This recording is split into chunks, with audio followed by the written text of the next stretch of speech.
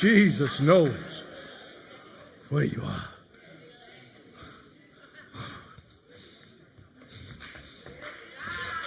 Maybe somebody in the choir needs to hear that. Jesus knows where you are. He knows what you've been dealing with. He knows about your fears and your disappointments. He knows about your questions that have no answers. He knows about the condition of your heart and the condition of your life. When he shows up, you don't have to inform him.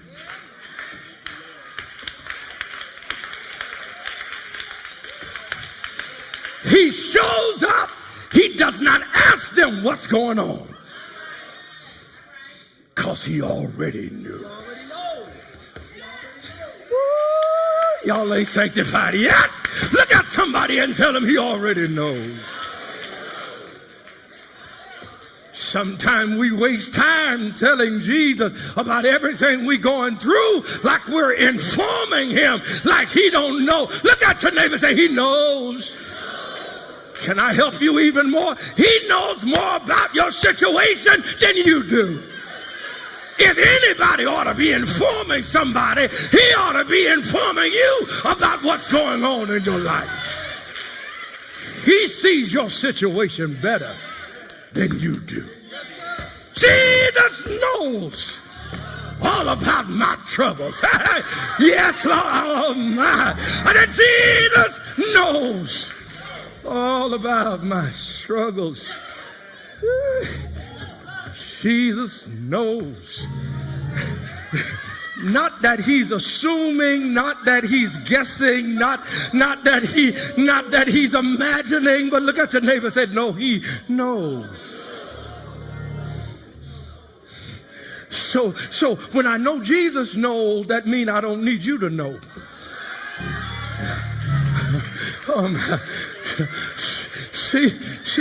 See, we too busy trying to get other folk to know, but even if they knew, they can't help you. So you spending all that time trying to tell somebody else about what's going on in your life, and after you finish telling them everything going on in your life, guess what? They still can't help you. They still can't get you out. They still can't fix it. They still can't turn it. They still can't flip it. But the one who can do something, he knows. When he showed up knowing. Oh my, can I tell somebody today, open your eyes. Because Jesus getting ready to show up. Oh my, let me talk to somebody else. I want to talk to somebody else that's in the midst of a hell right now, and you're wondering where help is going to come from. I want you to know he knows where you are, and he's about to show up. And when he shows up, he's going to show up knowing.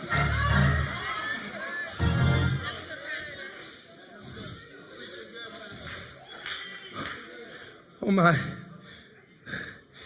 Thank God he's Jesus and not us. Now sit down. Now sit down. Just don't look at your watches. Look at me.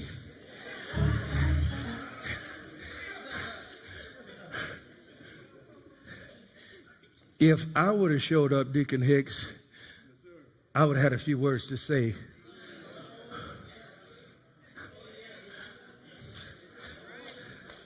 Oh yeah. Let's start off in the garden where I was praying, and I told y'all to tarry with me, and I came back, and y'all weren't calling on the Lord. Y'all were calling on Z's, and y'all supposed to been praying, and y'all done fell asleep.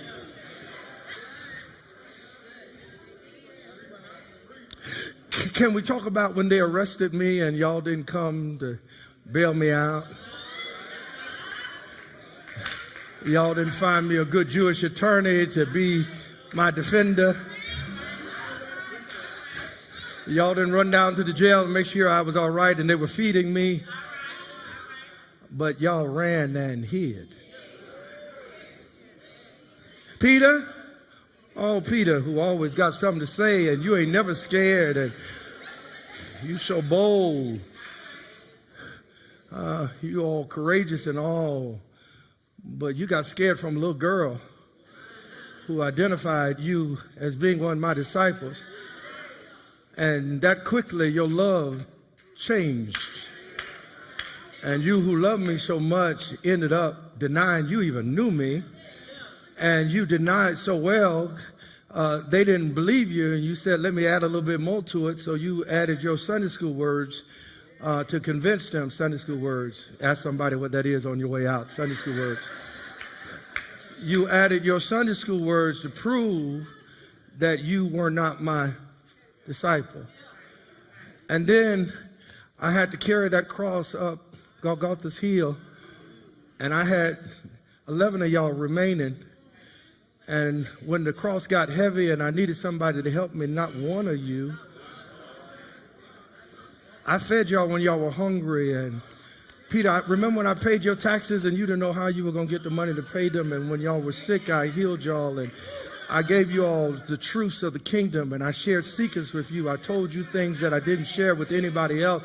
And then when I needed you,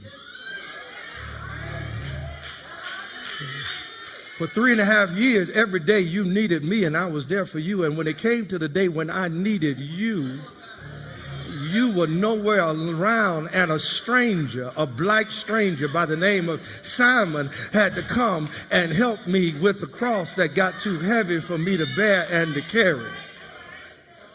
Then I finally got up there, and then they put me on the cross, and I look around. Surely at least a few of y'all would have come to watch and to see how my end was going to be. And I looked down, and I only found one of you, and I found one of you, and all of you all talking about macho and talking about your machismo and talking about you's a man and you the head and all of that. And I looked around, and I ain't see no testosterone down there. Other totally testosterone I saw at the foot of the cross was John, but I saw a whole lot of estrogen down there with a whole lot of women were there. I saw a lot of women that were there, and they were there. Y'all were scared and hiding, and the women that y'all was more scared than the women. The women weren't hiding. The women showed up. I didn't do for the women what I did for you all. I didn't give the women what I gave you all. I didn't share secrets with you all with the women like I shared with you all. And then it comes down to my end, and you all don't even have enough love, and you all don't have enough endurance to just follow me to the end, and you all not even around. The people I am giving my life for, you not even there to watch me give my life. I'm not dying. I didn't die for me. I died for you. And the folk I was dying for didn't even care to show up.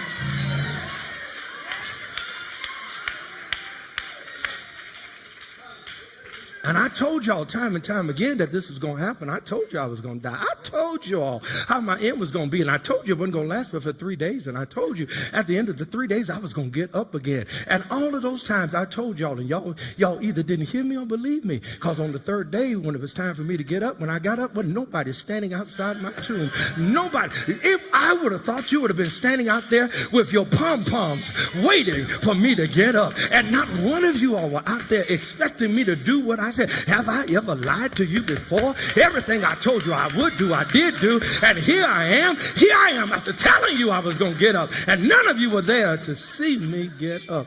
I got up and nobody was there to welcome me. Nobody was there to welcome me back because nobody believed I was coming back. That's what all I would have said.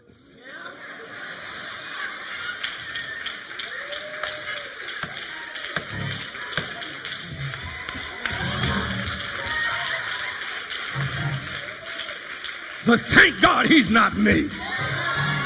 Oh my, oh my. Look at the neighbor and say, thank God he's not a man. He says peace.